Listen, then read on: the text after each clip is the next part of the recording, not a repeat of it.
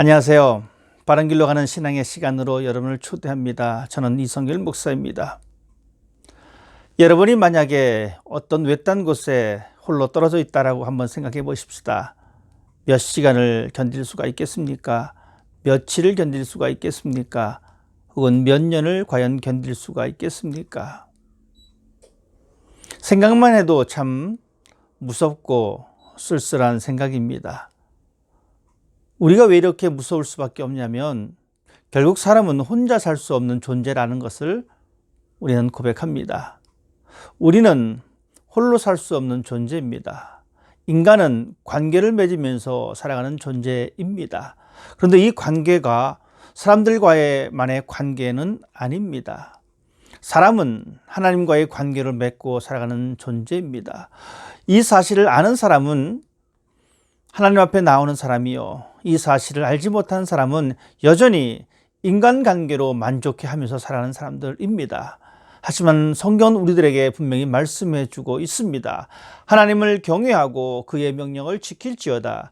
이것이 모든 사람의 본분이다라고 우리에게 말씀해 주고 있습니다.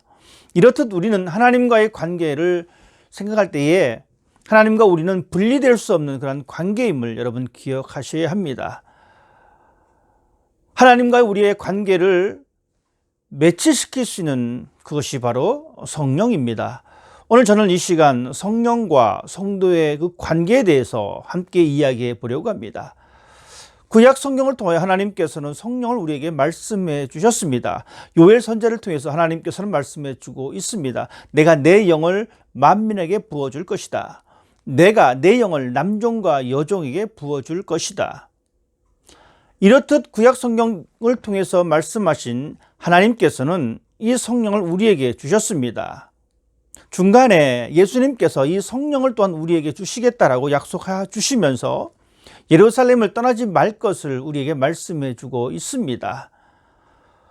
예루살렘을 떠나지 아니하였던 이 제자들은 성령을 얻게 되었습니다. 여러분, 예루살렘이 어떤 곳입니까? 예루살렘 성전이 있는 곳입니다. 예수님께서 예루살렘을 떠나지 말라라고 말씀하신 것은 즉 하나님의 성전을 떠나지 말 것을 말씀해 주고 있습니다. 그렇기 때문에 우리들은 성령을 생각할 때에 분명히 기억해야 할 것은 떠나지 아니하는 것입니다. 예루살렘을 떠나지 아니하는 것입니다. 즉 성전을 떠나지 아니하는 것입니다. 그러면 과연 예루살렘은 어떤 곳입니까? 지금 이 시대의 예루살렘은 바로 하나님의 전입니다. 하나님과의 만남의 성전입니다. 그것을 떠나지 말 것을 말씀해 주고 있습니다. 즉 예배를 통하여 하나님을 기다리고 예배를 통하여 우리의 삶을 온전히 헌신하는 그 자세, 그 상태가 바로 하나님의 성령을 우리가 더욱더 경험할 수 있는 복된 장소인 것입니다. 또한 예루살렘은 고난의 장소이기도 합니다. 예수님께서 예루살렘에서 고난을 받으셨고 예수님께서 이 고난의 현장 속에 계셨습니다. 기억하기 싫어하는 그 장소를 예수님께서는 외면한 것이 아니라 오히려 기억하기 싫은 그 장소를 떠나지 말 것을 말씀해 주고 있습니다. 고난의 장소입니다.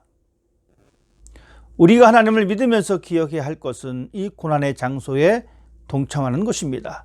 예수님께서 그 고난의 현장 속에서 그 고난을 묵묵히 감당해 내셨듯이 우리의 신앙도 고난의 현장 속에서 그 고난을 묵묵히 감당할 때에 우리는 그곳에서 하나님의 성령을 경험할 수가 있게 되어집니다. 그리고 그 하나님의 영으로 말미암아 그리스도의 사람으로 우리의 삶을 살아갈 수가 있습니다. 바울은 로마서 8장 말씀을 통하여 그리스도의 영이 없으면 그리스도의 사람이 아니다라고 우리에게 말씀해 주고 있습니다.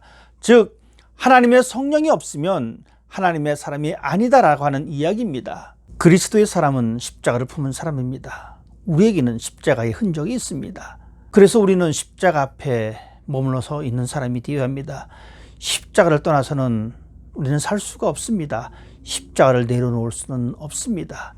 십자가 앞에서 우리의 고난을 이겨내면서 하나님의 성령으로 말미암아 충만한 그 삶을 우리가 살아갈 수가 있습니다. 좋은 믿음의 사람이 되기를 원하신다면, 굳건한 믿음의 소유자가 되기를 원하신다면 예수님께서 말씀하신 이 성령을 인내함으로 고난이 우리에게 온다 할지라도, 어렵고 힘든 환경이 우리의 삶을 지배한다 할지라도 여러분 기다리시면서 그 성령을 받아들이는 사람이 되어야 합니다. 우리가 십자가를 떠나지 아니하고 하나님을 예배하는 그 장소를 떠나지 아니하고 마지막까지 하나님의 성령을 기다리면서 여러분 또한 기억해야 할 것은 하나님 앞에서 회개하고 세례를 받아야 된다는 사실입니다. 회개는 죄에서의 돌아섬입니다. 회개는 우리의 전 인격을 통하여 죄로부터 돌아섬입니다. 우리의 지적인 요소와 정적인 요소와 의지적인 요소가 다 포함되어진 행위가 바로 회개입니다. 즉 자신의 현실을 온전히 파악하고 창조주 하나님 앞에 돌아서는 것이요, 자신의 죄를 슬퍼하고 안타까운 마음을 가지면서 그 죄로부터 멀어지는 행위요, 또한 자신이 지었던 그 죄를 다시 한번 반복하지 아니하는 의지적인 행동이 그 속에 포함된 것이 진정한 회개입니다. 이렇듯 우리는 이 회개를 통하여 하나님의 성령을 받아들이는 그 자세를 우리가 준비해야 합니다. 그리고 또한 세례입니다. 세례는 회개의 외적 표현입니다. 하나님만을 섬기겠다라고 교회 공동체 앞에서 모든 성도들 앞에서 고백하는 행위가 바로 세례입니다. 그런데 이 세례는 물 세례가 있고 이 세례는 또한 성령 세례가 있습니다. 물 세례는 사람들이 보는 앞에서 행해지는 그러한 의식이지만 성령 세례는 하나님과 나의 관계 속에서 성령으로 인하여 우리가 다시 거듭나는 것, 이것이 바로 성령 세례입니다. 이 세례를 통해서 우리는 하나님의 성령을 경험하게 되어지고 이 성령으로 하나님과 긴밀한 관계를 맺으면서 살아갈 수가 있습니다. 성령은 볼 수가 없습니다. 성령은 만질 수가 없습니다. 그렇지만 성령은 그 모습을 우리들에게 드러내고 있습니다. 성령을 받은 성도들의 삶이 어떻게 변하겠습니까? 여러분이 성령으로 충만한 삶을 살 수 있다라고 하는 이 증거는 바로 여러분의 입술에서 그 증거를 발견할 수가 있습니다. 먼저는 예수 그리스도를 구주로 고백한다라는 사실입니다. 성령으로 말미암지 않고는 누구든지 예수를 주라고 시인할 수 없다라고 바울은 고린도전서를 통해서 우리에게 말씀해 주고 있습니다. 즉 성령으로 인해서 우리는 예수를 구주로 받아들입니다. 성령으로 인해서 예수를 구주로 받아들였기 때문에 나의 가치관이 바뀝니다. 나의 인생관이 바뀌었습니다. 나의 세계관이 바뀌었습니다. 예수 그리스도 안에서 나의 생각들이 모든 것이 새롭게 정립되었다는 사실입니다. 또한 예수님을 섬김으로 인하여 우리의 삶의 보람을 느낍니다. 우리의 삶의 의미가 발견되어짐을 우리는 발견할 수가 있습니다. 또한 성령을 받은 성도는 하나님을 아버지라고 고백합니다. 바울은 로마서 8장 말씀을 통해서 이렇게 말씀해 주고 있습니다.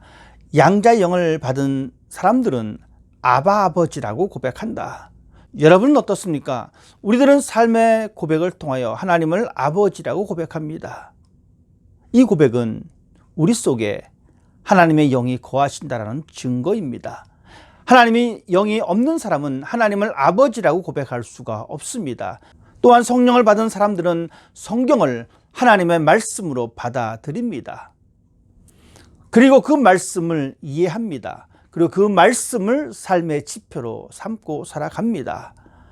성경은 성령의 조명으로 이루어진 책이기 때문에 성경을 이해할 수 있는 것은 성령뿐입니다. 우리들 주변에 학식이 많은 사람들이 있습니다. 지식이 많은 사람들이 있습니다.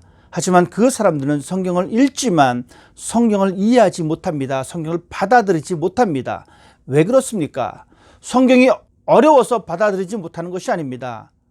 그 속에 하나님의 성령이 없기 때문에 성경을 받아들일 수가 없습니다. 성경을 이해할 수가 없습니다.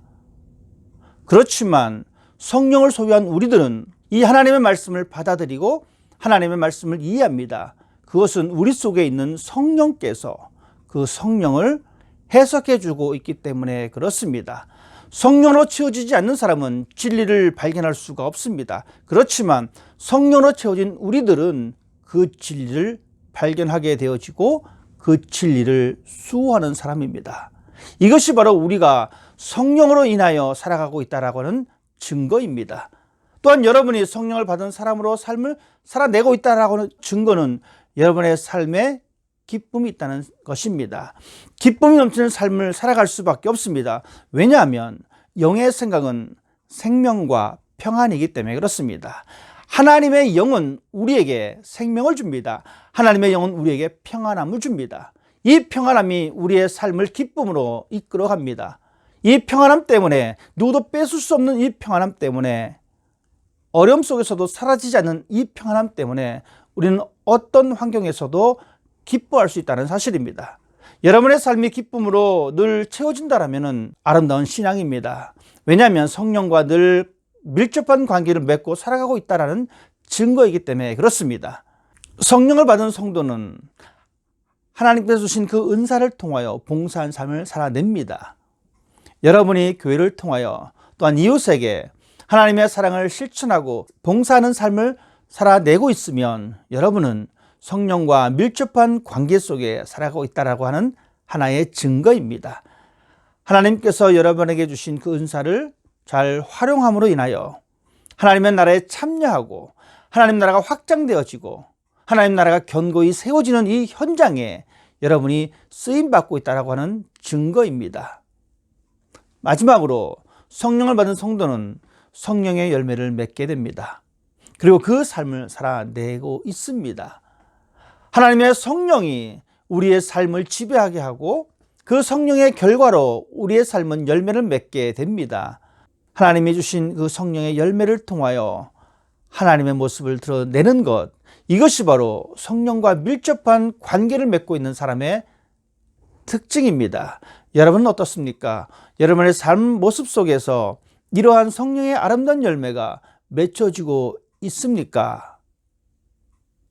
내 삶을 통하여 하나님을 아버지라고 고백하고 내 삶을 통하여 예수 그리스도를 구주로 받아들이고 모든 것을 예수 안에서 새롭게 정립하는 삶을 살아내고 내가 또한 하나님의 말씀을 받아들이고 이해하고 실천하는 삶을 살고 있다면 우리는 지금 성령님과 밀접한 관계 속에서 좋은 관계를 맺고 살아가고 있다고 하는 증거입니다.